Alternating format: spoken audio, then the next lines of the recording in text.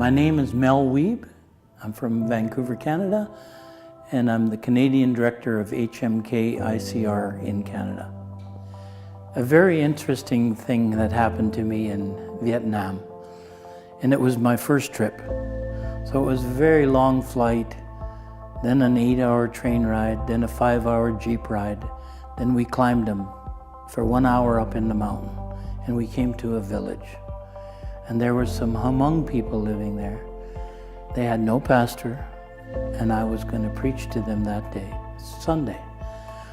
Afterwards, I talked to the interim pastor. I said, "How many people live in your village?" He said, 192. I said, "How many people come to your church?" He said, 192. I said, "How many people would be here today?" Oh, he said, 195. 3 of you are visitors. So the whole village came to Christ, and it works like this.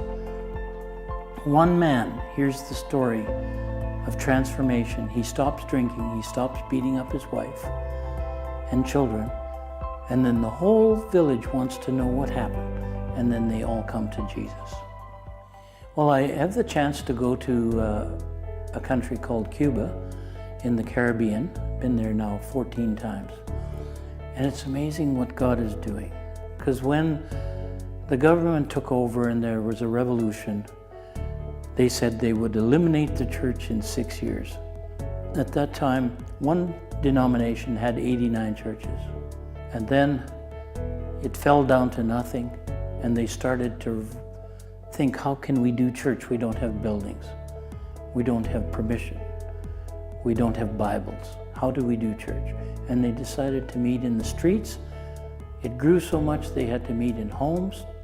The authorities said, get off the streets, go into homes.